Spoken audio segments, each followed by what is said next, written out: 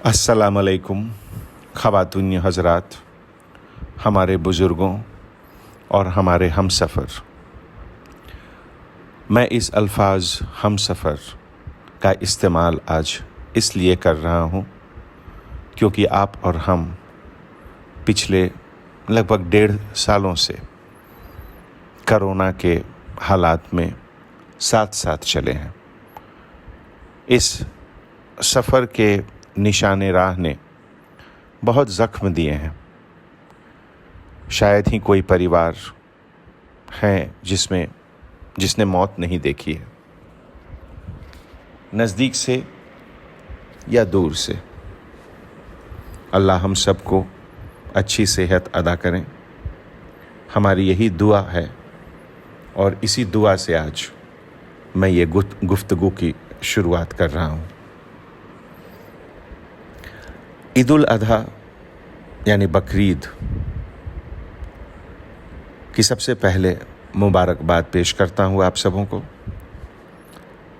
इस्लाम की जो आलमगीरियत है, यूनिवर्सल अपील, इसका बहुत अहमियत है। आदम से हजरत इब्राहीम तक और फिर उसके आगे का सिलसिला रहती दुनिया तक बहुत कुछ देता रहेगा हमें। ये पैगाम आज भी बहुत अहमियत रखता है हम सब के लिए। ज़कात इस्लाम में बहुत इम्पोर्टेंट है, गरीबों को खाना खिलाना। हमने एक आर्टिकल पिछले हफ्ते पढ़ा यूनाइटेड नेशंस का, जिसमें ज़िक्र था कि लगभग 840 मिलियंस यानी कि 84 करोड़ लोगों को 2 वक्त की रोटी नहीं मिल रही है दुनिया में।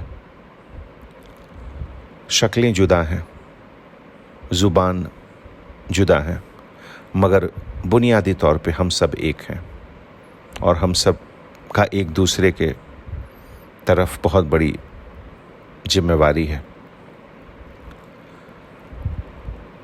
किसी ने मोहम्मद सल्लल्लाहु अलैहि वसल्लम से पूछा कि इस्लाम की सबसे बेहतरीन चीज़ क्या है, तो हुजूर ने फरमाया कि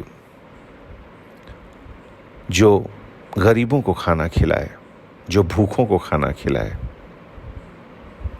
इससे बड़ी चीज़ और क्या हो सकती है। आज जब हम बकरीद की बात करते हैं तो याद आते हैं हजरत इब्राहीम, जिन्हें यहूदी, ईसाई, मुस्लिम सभी कहते हैं कि ये उनके हैं। आज दक्कने हिंद हैदराबाद में इस गुफ्तगू में हम लोग हजरत इब्राहीम को याद कर रहे हैं, उनके बारे में गुफ्तगू कर रहे हैं, क्योंकि हम सबको बहुत कुछ सीखना है उनसे।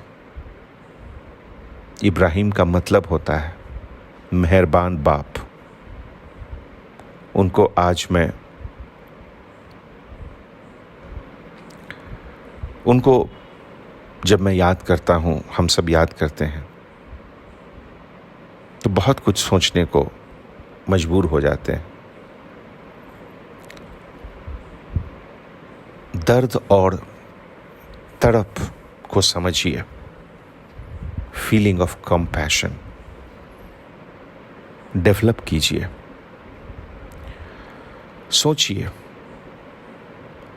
कि 84 साल के उम्र का एक इंसान, उसे कितना दर्द हुआ होगा, उसके दिल की क्या हालत रही होगी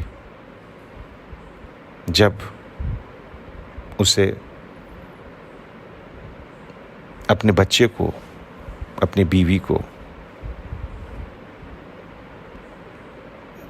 छोड़ना पड़ा होगा ऐसी जगह जहां कोई पत्ता नहीं, कोई पानी नहीं, कोई दाना नहीं।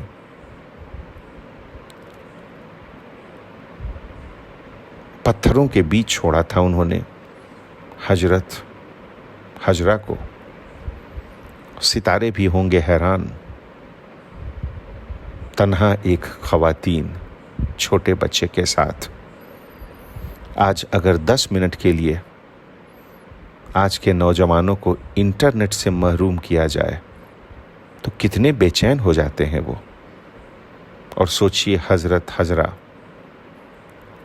जो अकेले पहाड़ों के बीच अपने छोटे बच्चे के साथ, अकेली हजरा को क्या कंफर्ट मिला था। कोई फरियाद सुनने वाला भी नहीं था वहां।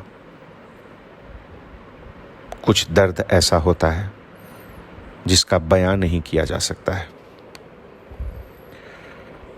बहुत कुछ सीखने को मिलता है बकरीद से। अपनी कीमती चीज को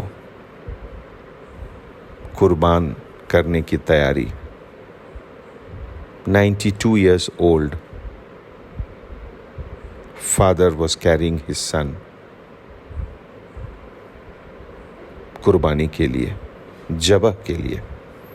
कितना दर्द होगा उस फादर को, उस पिता को, जो लगभग 7-8 साल के बच्चे को ले जा रहा था ज़बह के लिए। लेकिन देखिए माँ की क्या तरबियत थी कि बच्चा तैयार है ज़बह होने के लिए। आज के जनरेशन को इससे बड़ी चीज़ और क्या मिल सकती है। औलाद को वक्त दो।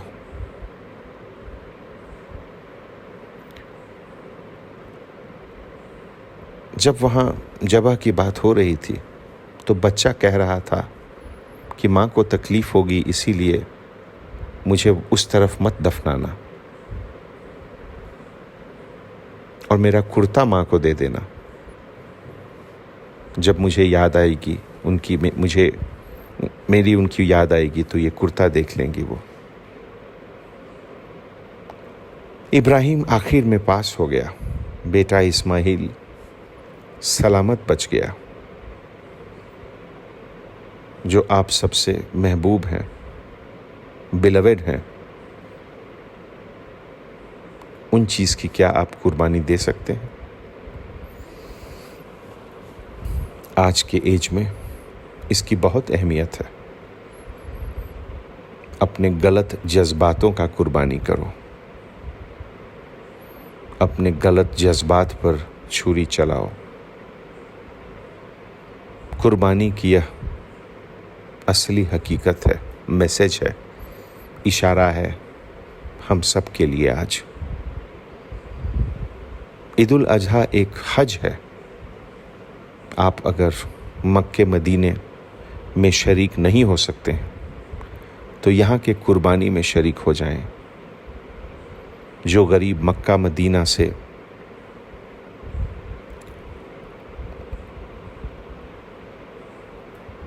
नहीं जा सकते हैं, शरीक नहीं हो सकते हैं, उनको आप अपने कुर्बानी में शरीक करें।